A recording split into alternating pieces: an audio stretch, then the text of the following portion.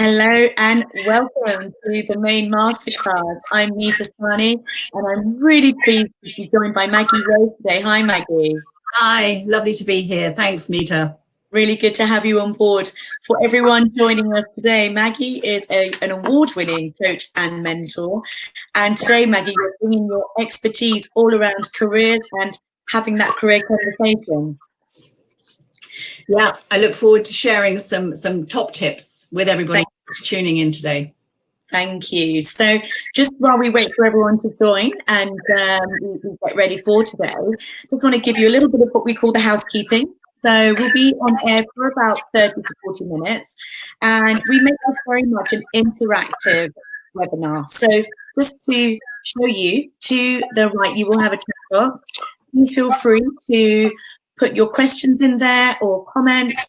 We really want to make sure that we can tailor this session to your needs so that you go away feeling like the time you've invested has been valuable.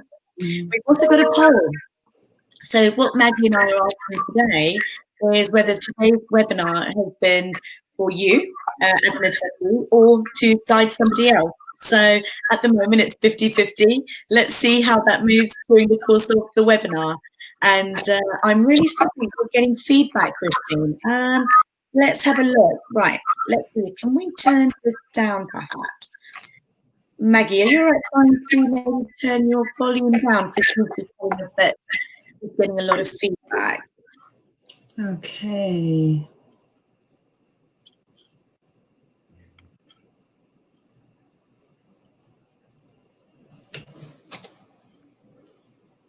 No, you're testing my technical knowledge. No, and I don't know. Christine, can you let us know if that's any different? Let us know. We want to make this as informative and comfortable on your ears. Okay, so far no response. Hopefully that's good response. So, oh, brilliant, much better. Perfect. Thank you very much. So, if it goes crazy again, let us know. But hopefully that means you can hear us clearly, and we're going to jump straight in. So Maggie, today we said that we want to really bring together conversation around people's careers. This time has been really difficult, hasn't it, for people? So many challenging, changing factors out there. Tell me why you feel having a career conversation is key. Okay, so as you say, huge challenges right now. But you know what? I think this has been a time also of people really reassessing for themselves what they want for their future. And many people that I've spoken with are really taking stock. So it's important to think through thoroughly what really matters to you going forward. And this time has given us all a sort of a sharp tug to really reassess what matters in our lives. There's also the reality that sadly many people are losing their jobs at present, and that trend, I'm afraid, in my view, is only going to continue. So people are faced with that harsh reality of needing to reassess. And there's also aside from this time, there's just a reality that we're navigating our careers, from the time that we're in education all the way through our lives, however that manifests during the various years and decades of our lives. So what I'm going to be sharing today, the big ideas that I'm going to be sharing today, are relevant irrespective of months. But I think for many brought in sharp focus because of recent months. Yeah. I mean, I've been having some interesting conversations, not only with employees of organizations where things are shifting, but actual business leaders and leaders of teams where their actual confidence has been challenged because, even in my own organization, people had a clear definition of what the next few months were going to look like, the next few years, but we had outlined their career path and career succession planning and all the rest. And it's all on hold, isn't it? I mean, literally everything seems to have ground to a halt, and it creates that uncertainty and just this anxiety, I guess, which seeps into everything. Yeah, it's certainly a time of great anxiety for many. And I think what's really important, therefore, is to find that still point, in what is a very changing and uncertain time. And that still point belongs in, what you wholeheartedly are passionate about, and where your talents and your real ambition lies. So actually taking that time to really think about, what is that core? The world spins on an axis. What is that truth, that wholeheartedness, if you like, for you personally? Self-reflection time, which when the world is going at 1,000,000 miles an hour, we sometimes don't get to hear that inner voice, do we? Oh, for sure. Yeah. So we're going to break this session down into 3 areas. We're going to start with talking about ways to support one in thinking about their career. We're then going to cover off a framework and how to get great conversations going with your team and with yourself, self-reflection. And then you're going to give us some insights. So how this achievement will create more effort, more motivation and engagement with the team. So hopefully overall improving engagement, performance and a happier and more successful team really, which is what everybody wants, isn't it? Yeah, for sure. Meeta, what I'd really appreciate, it's interesting looking at the poll there, guiding others, 60% of our attendees and 40% on own career. Yeah. So some and some. It would be great if you're if able to think about and to put into chat right now, what is the greatest sort of challenge that you're facing at the moment with regard to thinking through your own career, or indeed guiding others? It would be wonderful to hear a little bit more from you on that. So when you're ready, just put anything into chat. Yeah. So just so you know, yeah, absolutely. So just so you know, you can either put them in publicly or privately. So don't be shy about thinking that everyone's going to see your questions. I've actually got one here now where someone is saying that they're feeling awkward about discussing long-term ambition goals with their line leaders, because it may then take them out of the company and may make them feel that they're not engaged in what they're doing now. Okay, great. So let's just keep building up those comments in there. That would be wonderful. And then I'll certainly aim to address those as we go. And what you said, Anita, from that question that came in, absolutely. Some people do feel it's a lack of psychological safety at the end of the day to address or have the conversation about what I really want for myself. But you know what? I think it's really worth going for it. Because at the end of the day, if you don't have that conversation actually with your line leader, or don't invite that conversation as a line leader about long-term ambition, then somebody will just go elsewhere anyway. And there's the great opportunity to actually retain people in the organization by focusing on their lives, not just their current job, not just the current organization, but truly what do they want from their lives. And that's the first big idea I'd really like to share with you all, is that we spend a third of our lives at work. Yeah. That's a lot of time. And if we're going to give that much of our existence to working, then let's make it really count. And a career conversation with ourselves, or indeed in guiding someone else through that conversation, is actually a life conversation.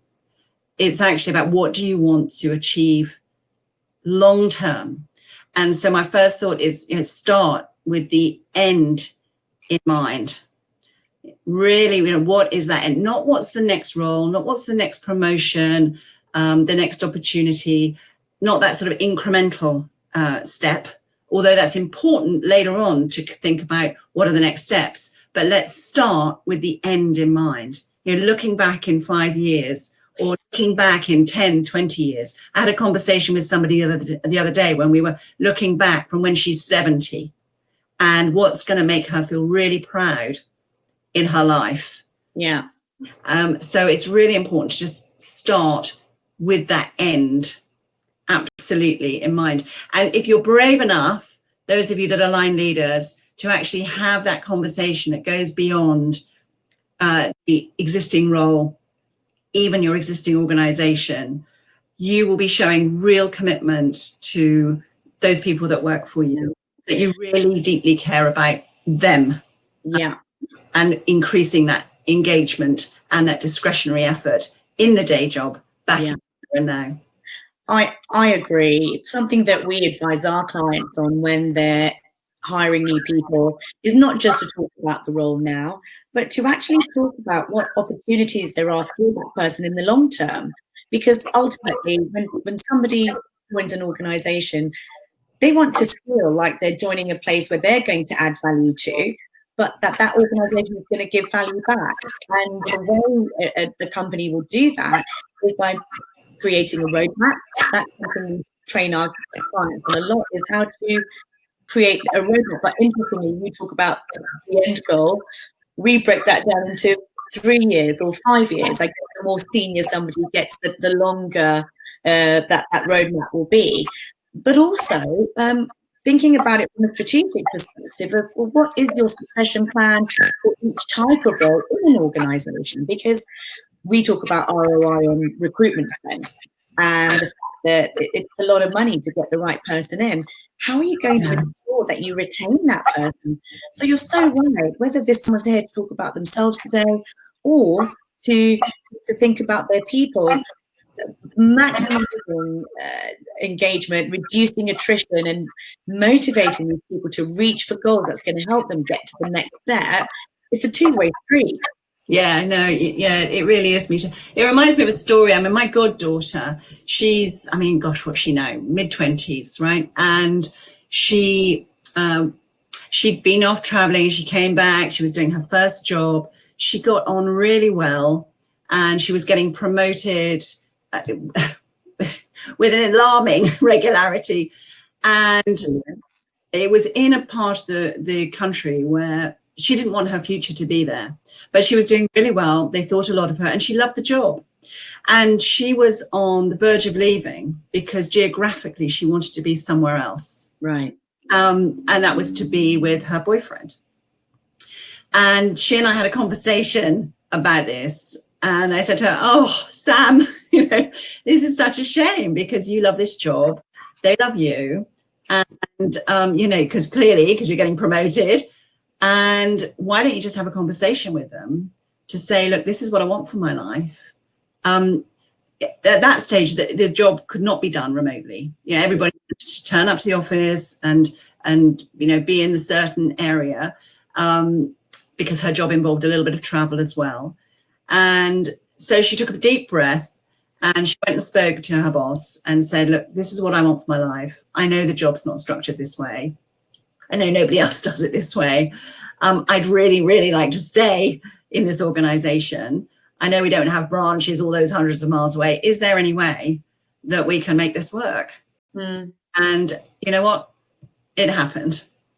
And I just think that's such an inspiring story for that girl to go and have that conversation. Good for her, that deep breath. She'd have left anyway.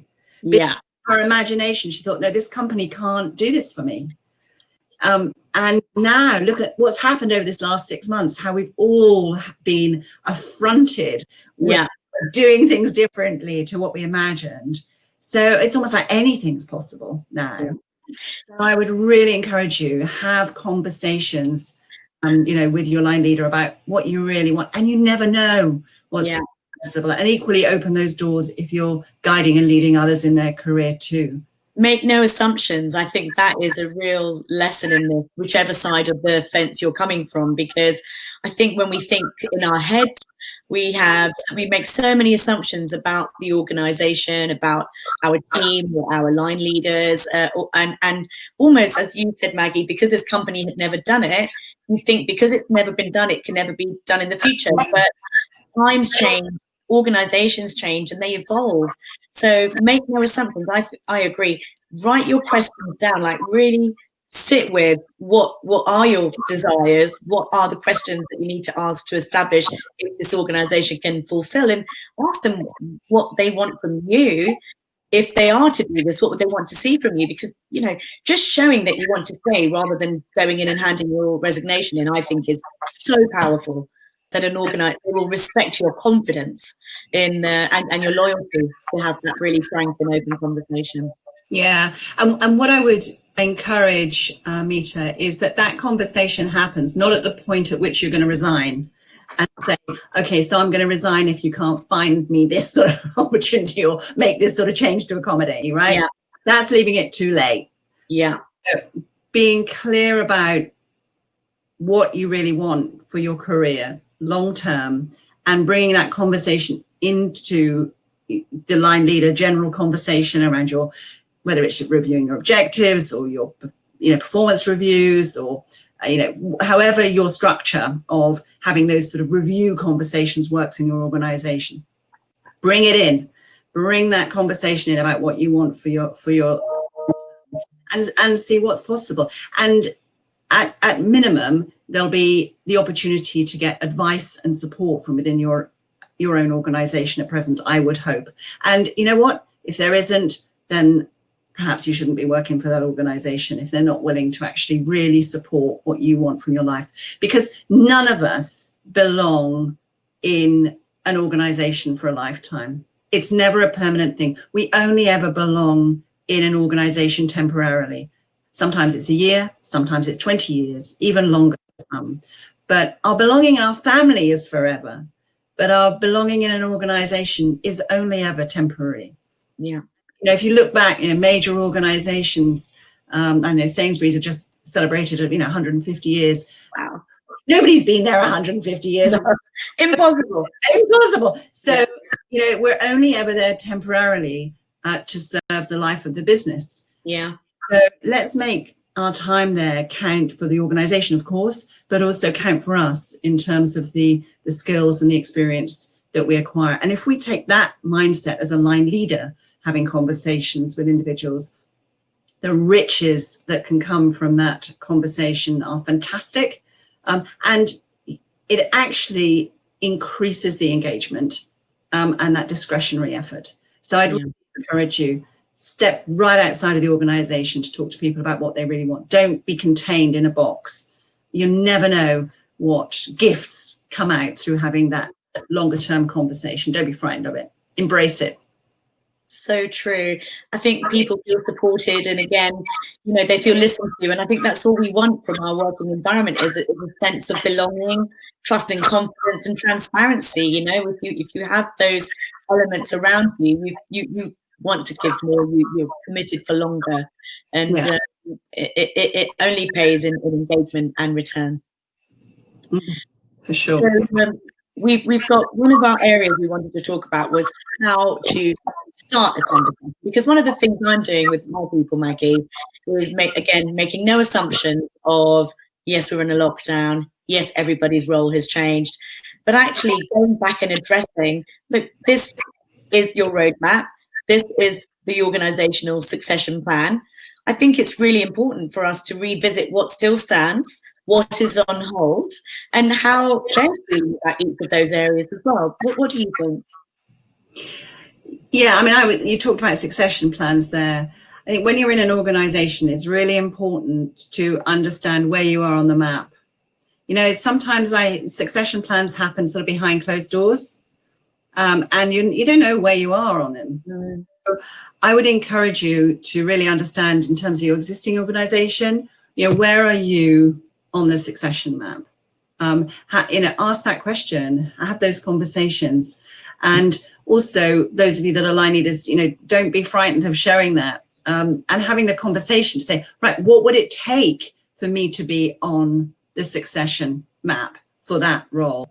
What would be the skills or the experience or the backing that I would need to actually be named as a successor in that map for the future of this organization? That's a great provocative conversation to have, or indeed as a line leader to table. Say, I'd really like to see you on this succession map. You're not there right now. Let's have a conversation in relation to that, if indeed that's a role that you want your name against for the future.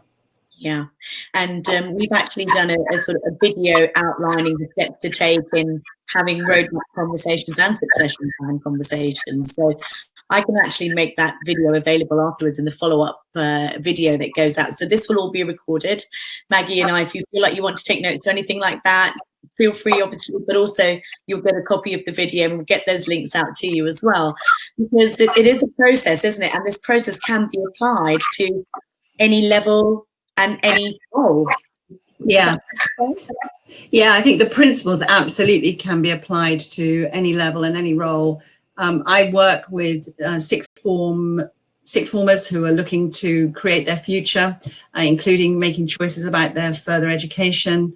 I work with leaders who are perhaps have had a great career, but they've been sort of swept along because they've been really capable, and then now I have to start to make some choices because there's only so many places at the top of the tree.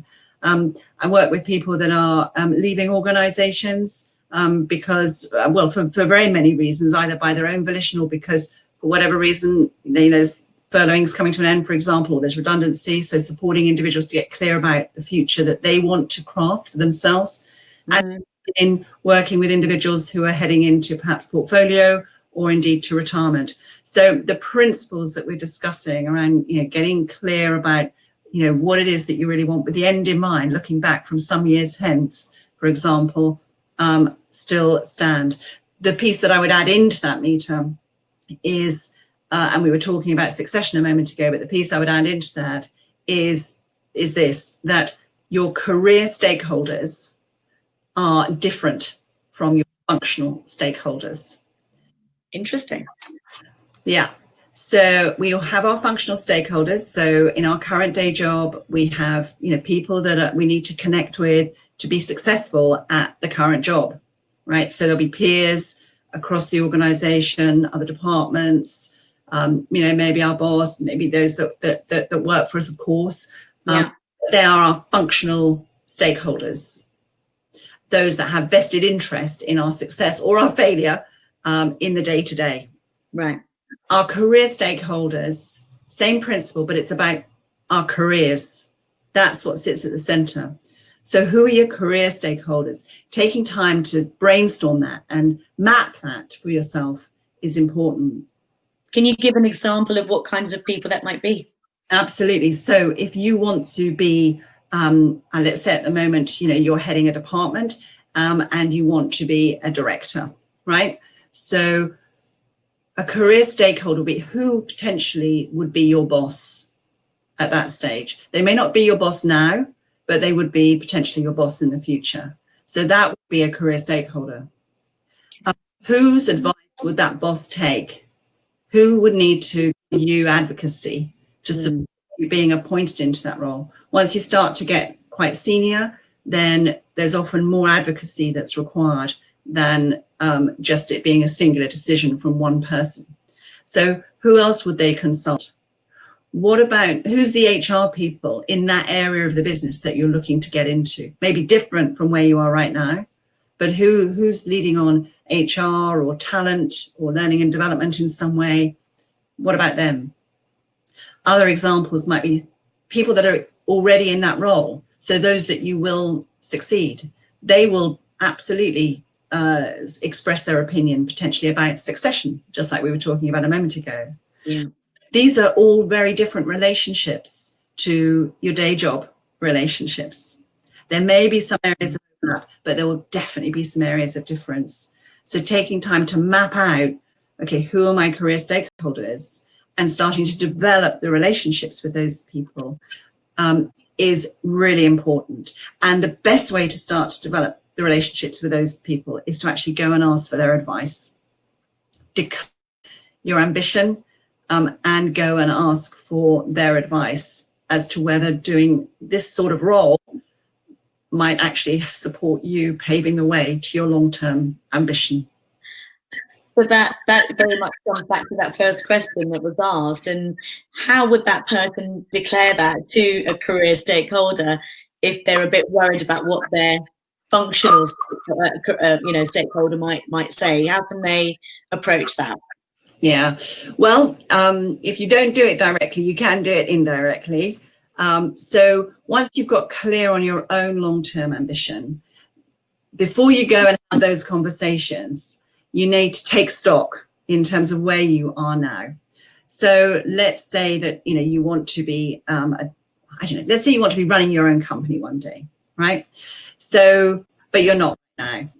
So it's going to be really important for you to get some jolly good understanding of how to run finance, for example. Not to be an accountant, but you need to really understand how to run the financial dimensions of a business. Yeah. To understand how to lead people. So those would be two important pillars. If you're not already doing that in your day job, then you need to be getting experience somehow to then pave the way to your ultimate ambition. Yeah. So go to one of your career stakeholders and say, look, I want to get some more experience leading people, maybe more people than you're currently leading, or maybe just starting to lead people. Yeah. Asking their advice about that skill or that particular experience that you want to acquire. And in that way, you're not naming your ambition that you want to go off and run your own business one day, but you're naming, this is what I want to actually acquire in my toolkit. Yeah. And an organization that encourages growth, development, that want to retain their people, that want to create roadmaps and keep the talent in their organization, they will actually encourage this kind of, you know, some would call it shadowing. There may even be an opportunity to succumb to another department. So again, I think your you know, your point about if you don't ask, you don't get is key. You know, without putting yourself out there, you won't actually know what your opportunities are. And I think a really nice way of widening your career stakeholder network is just to say, I really admire the way you do that. And I would love to be able to watch you do that, even if you take a holiday and go and shadow them, you know, take a half day, take a holiday, go and shadow them in their role. You know, that there are so many ways. And likewise, if you're a team leader talking to an employee about their hopes, dreams and desires, thinking about how to facilitate them getting that knowledge and experience. Because Maggie, what you said is so true. So many companies have people that just have their resignation in, and all that work they put into that person walks out the door with relationships, with knowledge, and it's really deflating. And right now, what I've seen is organisations that have had to make redundancies and restructures, but along with the people they've had to say goodbye to, they've lost some of the people that they didn't want to lose. And that's a double impact, because now they're stuck without enough people to, you know, what would be a really core team at a difficult time, really sort of consolidating the organisation. They're stuck with even less than they needed. So embrace development of your own career and of your people. And if you're in an organisation where that isn't part of the culture, let's start having those conversations about how you can incorporate that. Both Maggie and I work in different ways to help organisations with attracting and then retaining great talent, because that's when you get the most out of them, isn't it? Yeah, no, absolutely. And actually, what you were just saying, I was just thinking, actually, Mita, that one of the great ways, actually, of getting advice from people, as well as, you know, going to your career stakeholders for advice about your career path. You know, you can also go to people outside of your organisation, or if you're a line leader, direct people to perhaps people in your network that you know, or outside of the organisation, perhaps in your supplier base, for example. So that are doing the sort of roles that you aspire to. Maybe it's the next role or the roles beyond, but, you know, whatever those roles are along the pathway, if you can introduce yourself or be introduced to people that are doing that role and then taking advice from them, because sometimes, you know, we imagine, yeah, I'd like to do that, I think that would be, you know, that's what I really want. But actually, when you get close to it and you really hear about it, you go, no, not for me. Yeah. I remember once, I know, I mean, I had aspirations at one stage to be a criminal lawyer. and then I, you know, got close to the reality of it, and it was like, oh no, that made my mind up pretty quick. So I was just not suited to it at all. But I couldn't have seen that. Yeah. Actually had the practical, you know, experience, that sort of, you know, that conversation with somebody doing that job. So I would really urge you to have those conversations either in your organisation, outside of your organisation, your own network. Somebody's generous, so generous. Yeah, somebody's put LinkedIn up here in the chat group. I mean, LinkedIn, absolutely, thank you, straight away is a huge network, isn't it? Yeah, absolutely, for sure. I mean, it's the biggest professional network in the world. You know, you need to make sure your profile is absolutely right on LinkedIn, for sure. And it's the place recruiters go to. So it's vital to have a good presence on that. And there are many organizations out there that can help you craft a good profile on LinkedIn. And if you need some help with that, I'll gladly direct you to people that can support with that, if that's useful, if anyone wants to contact me afterwards.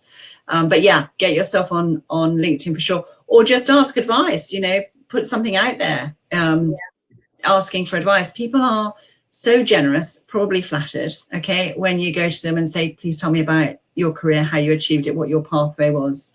And don't just go to one person, go to a few that are doing the sort of thing that you aspire to, because you'll get such rich pickings of wisdom by talking to several people.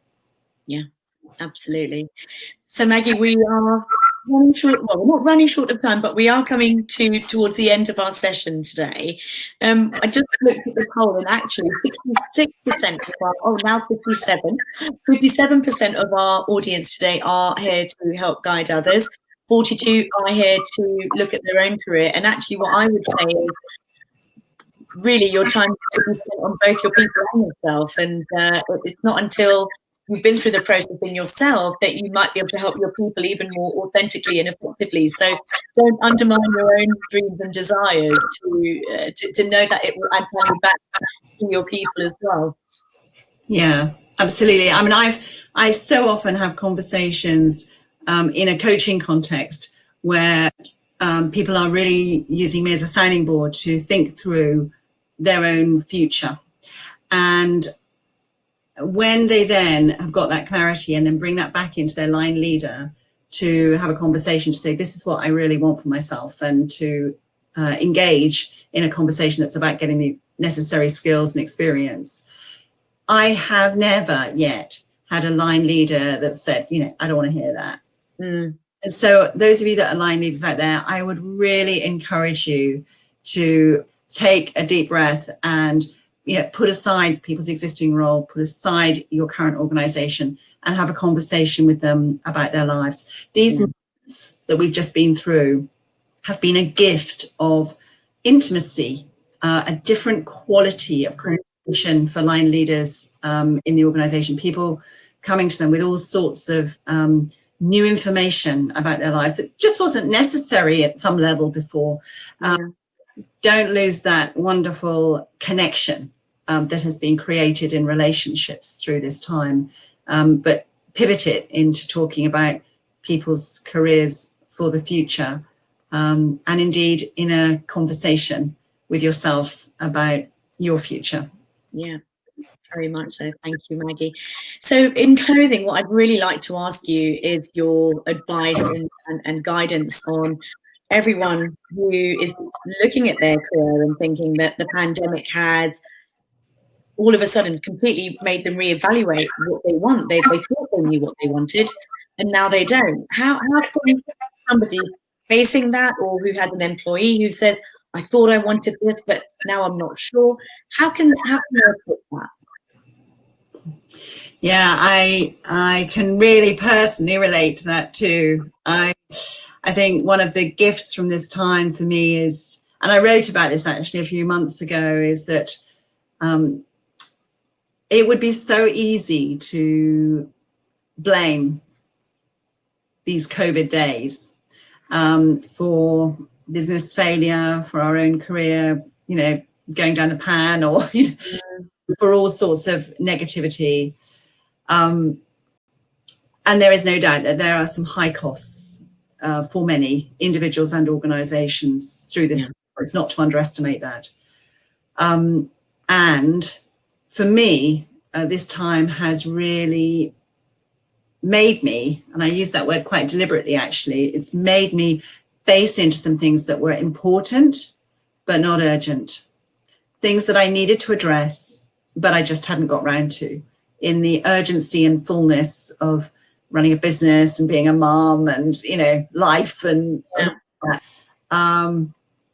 And so I think it's really important that, for me, it's certainly been a wake-up call on a few fronts, and I welcome that. I do welcome that. So, use the gifts and the new insight that's come from this time. I think that's absolutely vital, and is certainly something that I am doing as I craft my future. Thank you.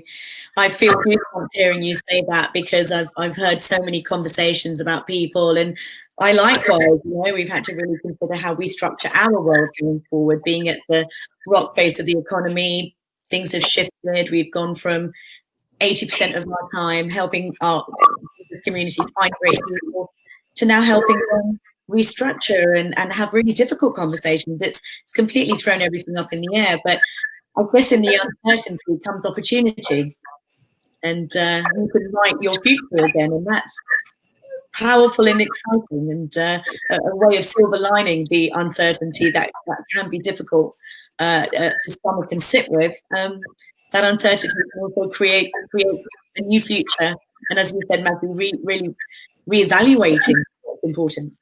Yeah, absolutely. So many people that I'm talking to are taking the opportunity to retrain right now.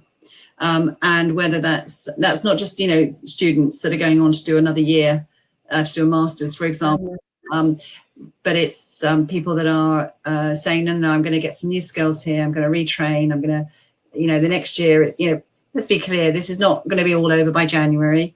So let me take the next year to really invest in myself and consider my future in doing so.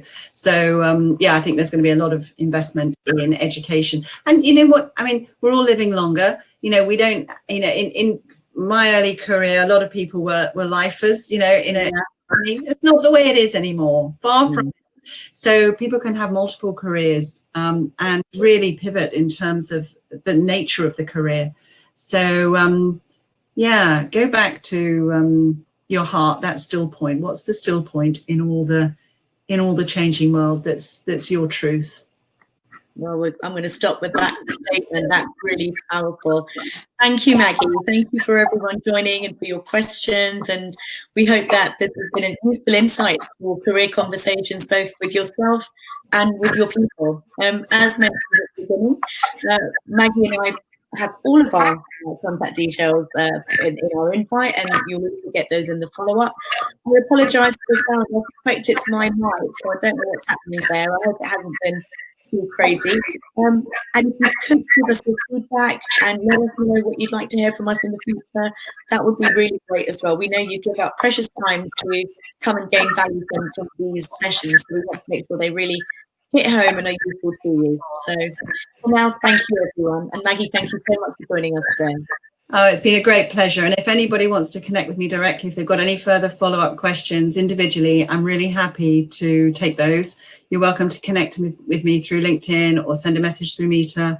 But please bring me your questions if there's anything that hasn't been answered during this session. Wonderful. Thank you, Maggie, and thank you all. Bye for now. Bye-bye.